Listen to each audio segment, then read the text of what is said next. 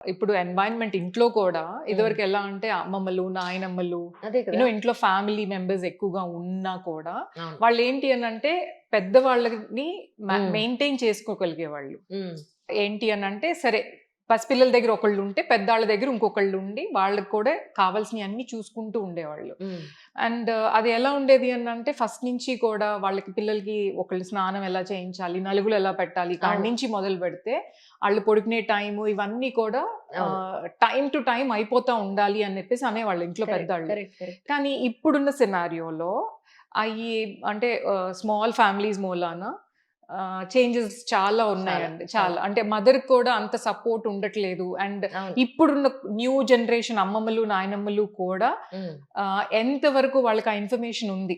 Correct. పసిపిల్లల్ని ఎలా పెంచాలి. ఎందుకంటే వాళ్ళకి వాళ్ళ పేరెంట్స్ దగ్గర నుంచి వచ్చింది సపోర్ట్. హ్మ్. హ్మ్. కానీ వీళ్ళు వాళ్ళ పిల్లల్ని సపోర్ట్ చేయగలుగుతున్నారా లేదా? ఎందుకు అనంటే ఇప్పుడుండే కొత్త జనరేషన్ అమ్మమ్మలు, నాయనమ్మలు కూడా వర్కింగ్ విమెన్ అయ్యుండుండొచ్చు. అవును. అవును. సో, అలా కూడా there is lot of gap అన్నమాట. పిల్లల్ని అంటే యాహ్! పిల్లల కేర్ వచ్చేసరికి. మా పిల్లలు 2007, 2005 మధ్యలో పుట్టిన పిల్లలు. హ్మ్.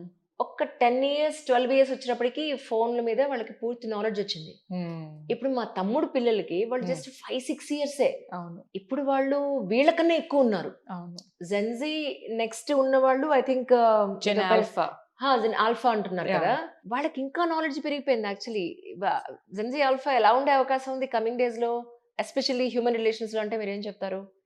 హ్యూమన్ రిలేషన్స్ తగ్గుతాయండి. సీరియస్‌లీ? యాహ్! ఎందుకు అనంటే ఇప్పుడు మీరు చూసుకున్నట్టయితే హ్మ్. ఇంతకు ముందున్న జనరేషన్స్ అందరూ కూడా హ్మ్. ఎక్కువగా రియాలిటీకి దగ్గరలో ఉండేవాళ్ళు. అవును. అంటే అవును. రియల్ వరల్డ్‌కి కనెక్ట్ అయ్యి ఉండేవాళ్ళు. సో, ఇప్పుడున్న జెన్ ఆల్ఫా కానివ్వండి, ఈవెన్ జెన్ జీ కూడా టు హ్మ్. సర్టెన్ ఎక్స్‌టెంట్ వరకు కూడా ఆ! They have 2 worlds. ఒకటి ఫిజికల్ వరల్డ్, ఒకటి హ్మ్. Virtual world. అవును. So, they like to spend more time on the virtual world అన్నమాట.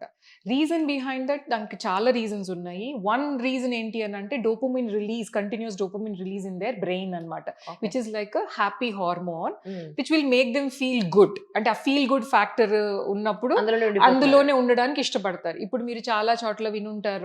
ఏఐ ఫ్రెండ్స్ అని చెప్పి అంటే ఆర్టిఫిషియల్ ఇంటెలిజెంట్ ఫ్రెండ్ అని లేకపోతే ఆర్టిఫిషియల్ ఇంటెలిజెంట్ బడ్డీ అని చెప్పి వాళ్ళకి ఆన్‌లైన్‌లో అండ్ అంటే ఇంక మనుషులతో మాట్లాడరేమో వీళ్ళు.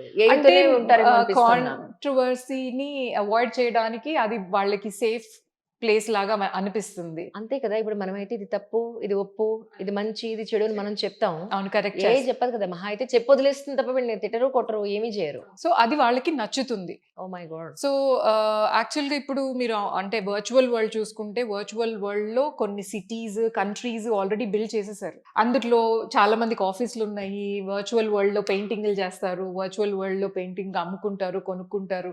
చాలా ఎంత ఉంటాయన్నమాట. పిచ్చితనం కదా! Is it real? It's not at all real కానప్పుడు ఇది వీళ్ళెలా ఇలా ఉంటారు? అంటే that is what which is giving them happiness అండి. దారుణం. అంటే భయమేస్తుంది నాకు నిజంగా. పెళ్ళిళ్ళు కూడా ఏఐతో చేసుకుంటానంటారేమో ఇంక డేస్‌లో. ఇప్పుడు మొన్న ఒక సినారియో వినే ఉంటారు మీరు. ఒక చైల్డ్ సూసైడ్ చేసుకున్నాడు. ఎందుకు అనంటే తన ఏఐ బడ్డీ చెప్పింది. తన ఏఐ బడ్డీ తోటి రోజు మాట్లాడుకుంటా ఉంటే కన్వర్జేషన్స్ ఇంటికొచ్చేసరికి ఏమైపోతుంది పిల్లలకి పేరెంట్ టైమ్ ఇవ్వలేకపోతున్నారు వాళ్ళ బిజీ స్కెడ్యూల్ తోటి. సో, వాళ్ళేదైనా మాట్లాడుకోవాలి, ఏదైనా మాట్లాడాలి అని అంటే కూడా వాళ్ళకి ఎవరు ఉండట్లేదు ఇంట్లో. సో, దాంతోటి వాళ్ళేం జేస్తున్నారు, ఈ ఏఐ బడ్డీస్‌ని ఎక్కువగా అప్రోచ్ అవుతున్నారు. హ్మ్. సో, ఒక స్టేజొచ్చేసరికి కిడ్ ఏమని అడిగాడు అనంటే, "నేను నిన్ను కలవాలి అంటే ఏం చెయ్యాలి?" అని అడిగాడు. "You should let go of your life" అనింది. అంతే. సూసైడ్ చేసేసుకున్నాడు. థింకింగ్ దట్ నేను చచ్చిపోతే ఏఐ బడ్డీతోటి కలిసిపోవచ్చు అని అనుకునే ఆ child. Oh my God! How stupidity really. అంటే వాళ్ళకి రియాలిటీ అనేది తెలియట్లేదు. చాలా అంటే reality is very tough for them and very strange for them. ఇక్కడొక మేజర్ పాయింట్ మనం ఒకటి ఖచ్చితంగా మాట్లాడాలండి. ఓకే. ఈ రోజుల్లో ఇద్దరూ పని చేయంది ఇల్లు గడవని మాట వాస్తవమే అయినా కూడా, అమ్మ ఎస్పెషల్లీ అమ్మ పిల్లల్ని వదిలి వెళ్ళడం అనేది ఇక్కడ మళ్ళీ it's a major responsibility on mother. It's a major responsibility of both the both the parents. Parents. కానీ ఇప్పుడు మనకి వాళ్ళు ఉద్యోగం మానేసి ఇంట్లో ఉండమంటే ఉండరుగా. ఎవ్వరు ఉద్యోగాలు మానేయాల్సిన అవసరం లేదండి. ఎగ్జాక్ట్‌లీ. ఇద్దరు వీళ్ళైనా వర్క్ చేసుకోవచ్చు. చేసుకోవచ్చు. కాకపోతే హ్మ్. పిల్లలొచ్చే టైంకి ఒక్కళ్ళమే అల్టిమేట్‌గా ఇంట్లో మనమే ఉండాల్సిన పరిస్థితులొస్తాయి. అలా అని కూడా కాదు. ఎందుకంటే నేను working. My husband is working. నాకు పిల్లలు పుట్టినప్పుడు మేము లండన్‌లో ఉండేవాళ్ళం. ఓకే. సో మేము ఎలా హ్యాండిల్ చేసుకునేవాళ్ళం అనంటే మార్నింగ్ ఒకళ్ళు ఎర్లీగా వర్క్ స్టార్ట్ చేస్తే సాయంత్రం ఒకళ్ళు ఎర్లీగా వర్క్ ఫినిష్ చేసేస్తారు. అది మీరు విదేశాల్లో ఉన్నారు కాబట్టి ఇక్కడ మన పరిస్థితి చెప్పండి.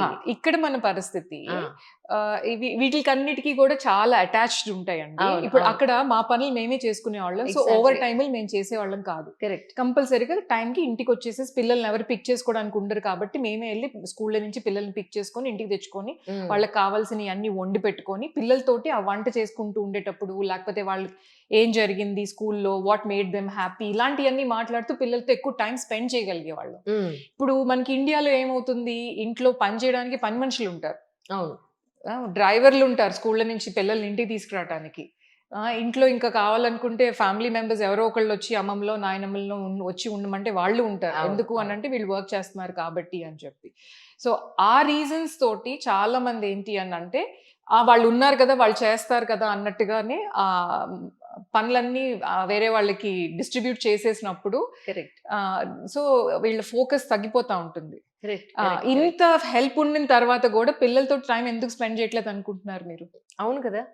ఇంత హెల్ప్ ఉండి కూడా పిల్లలతో ఎందుకు టైం స్పెండ్ చేయలేకపోతున్నారు అంటే వన్ ఆఫ్ ద రీజన్స్ ఏంటి అని అంటే పియర్ ప్రెషర్ అండి.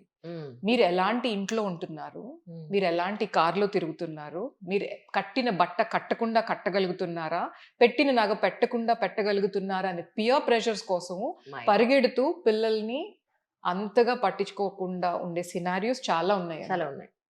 అన్ని అలా అందరూ అలా ఉంటారని నేను అనను, కానీ ఆ సినారియోస్ లోనే పిల్లలు నెగ్లెక్ట్ అవుతా ఉంటారు. సో ఇంట్లో పసిపిల్లలకి చిన్నగున్నప్పటి నుంచి అంటే ఎవరు హెల్ప్ లేకుండా కూడా వేరే అన్ని కంట్రీస్ లో పిల్లలు మనం పేరెంట్ గా మదర్ కానీ ఫాదర్ కానీ పెంచుకోగలుగుతున్నారు. ఇక్కడ అన్నం వండి పెట్టే వాళ్ళు ఒకళ్ళైతే, పిల్లల్ని ఎత్తుకునే వాళ్ళు ఒకళ్ళైతే, పిల్లల్ని తిప్పుకొచ్చే వాళ్ళు ఒకళ్ళైతే, యూనో వాళ్ళని కార్లో తీసుకెళ్లే వాళ్ళు ఒకళ్ళైతే, కానీ మనకి కిట్టీలకి వెళ్ళటానికి టైం ఉంటుంది, పబ్బులకి వెళ్ళటానికి టైం ఉంటుంది, పార్టీస్కి వెళ్ళటానికి టైం ఉంటుంది, ఆఫీస్ పార్టీస్ అటెండ్ అవ్వడానికి కూడా టైం ఉంటుంది. ఆఫీస్ లో 12 hours బదులు 14 hours 16 hours కూడా కష్టపడడానికి ఫీల్ అవ్వము. 2 years ప్రాజెక్ట్ కోసం ఎన్ని గంటలు కష్టపడుతున్నారు, మరి పిల్లలు 21 years ప్రాజెక్ట్, వీళ్ళ మీద ఎంత ఫోకస్ పెట్టాలి మనం? ఇప్పుడు ఇంకా పెరిగిందనే చెప్పాలి, 25 years అని పెట్టుకోవచ్చు మనం. అంటే మనమే దాన్ని ప్రొలాంగ్ చేస్తున్నాం. ఎందుకంటే మీరు నేను పెరిగిన టైంలో ఎగ్జాక్ట్లీ చూసుకుంటే సినారియోస్ వెర్ సో డిఫరెంట్ అండి. అంటే మనం ఎర్లీగా ఇండిపెండెంట్ గా లైఫ్ ని లీడ్ చేయడానికి ట్రై చేసేవాళ్ళం. ఎందుకు అని అంటే ఇంట్లో ఎంత మదర్ వర్కింగ్ ఉన్నా కాకపోయినా, because my mom was working, that is a different thing. Lot of నా ఫ్రెండ్స్ వాళ్ళ మదర్స్ చాలా మంది హోమ్ మేకర్స్ ఉండేవాళ్ళు, ఇంట్లోనే ఉండేవాళ్ళు. అయినా కూడా ఏంటి అని అంటే పిల్లలకి ఇండిపెండెంట్ గా వాళ్ళ కుకింగ్ వాళ్ళు నేర్చుకునేటట్టు, లేకపోతే వాళ్ళ బట్టలు వాళ్ళు మడత పెట్టుకునేటట్టు, వాళ్ళ బట్టలు వాళ్ళు అయర్న్ చేసుకునేటట్టు, ఇలాంటి కొన్ని లైఫ్ స్కిల్స్ అనేవి మనకి ముందే వచ్చేసేవి. సో నిజంగా పెళ్లి అయిన తర్వాత ఇవి ఒక డిఫికల్ట్ టాస్క్ లాగా అనిపించేవి కాదు. కానీ ఈ రోజుల్లో ఏంటి, ఇంకా అప్పుడులో కూడా ఎంతసేపటికి చదువుకున్నామా లేకపోతే కెరియర్ ఓరియంటెడ్ గా ఉన్నామా అనే కాన్సన్ట్రేషన్ ఎక్కువగా పెట్టినప్పుడు, ఎందుకంటే ఈ డివోషన్స్ లేవు మనకి, చాలా డైవర్షన్స్ ఉన్నాయి ఇప్పుడు. ఇప్పుడు ఏంటి అని అంటే లైఫ్ స్కిల్స్ అనే వాటి మీద చాలా తగ్గిపోయింది కాన్సన్ట్రేషన్. ఎంతసేపటి కెరియర్ ఫోకస్డ్ గా చూసుకుంటున్నాం కానీ లైఫ్ స్కిల్ అనేది బిల్డ్ చేసుకోకపోతే, చిన్నప్పటి నుంచి వంట చేయని వాళ్ళు ఒక 25 years తర్వాత వంట చేయండి అని అంటే వాళ్ళకి ఎంతో కష్టంగా ఉంటుంది. అదే కదా, నేను ఇంట్లో మా పిల్లలకి అదే చెప్తే, అప్పుడు చేసుకుంటాం ఇప్పుడు అవసరం లేదు కదా ఎందుకు చెప్తూనే ఉంటారు. అలవాటు సడన్ గా ఒకటి మనం అలవాటు చేసుకోవాలంటే మన బాడీ అండ్ మైండ్ యాక్సెప్ట్ చేయదమ్మా. ఇప్పటి నుంచి అలవాటు అయితేనే అని అంటే అబ్బా నువ్వు ఆ థాట్ ప్రాసెస్ నుంచి బయటికి రావా. ఓకే, ఒక చిన్న ఎగ్జాంపుల్ చెప్తాను. ఒక మ్యారథాన్ రన్ చేయాలి అంటే ఒక 42 kilometers రన్ చేయాలి అన్నప్పుడు నాకు పరిగెత్తడం వచ్చు, ఆ రోజు వచ్చిన రోజు నేను రన్ చేయగలుగుతాను అని అనుకోవచ్చు. సో ఒక్కసారి మీరు ప్రాక్టికల్గా, సరే నీకు రన్నింగ్ అయితే వచ్చు కదా, నువ్వైతే పరిగెత్తగలుగుతున్నావు కదా, నాకు ఒక మ్యారథాన్ చేసి చూపించండి అని ఒక టాస్క్ ఇవ్వండి. వాళ్ళు పరిగెత్తలేరు, 1 kilometer తర్వాత 2 kilometers తర్వాత ఆగిపోతారు. లైఫ్ కూడా ఇలాగే, మీరు ఆ మసిల్ బిల్డ్ చేసుకుంటేనే రేపొద్దున దాన్ని అచీవ్ చేయగలుగుతారు. లేకపోతే అది వచ్చు కదా అని ఊహలో ఉంటారు అని చెప్పి మీరు ఒక ఎగ్జాంపుల్ ఇచ్చినప్పుడు. Correct, very good example actually. Yeah, true.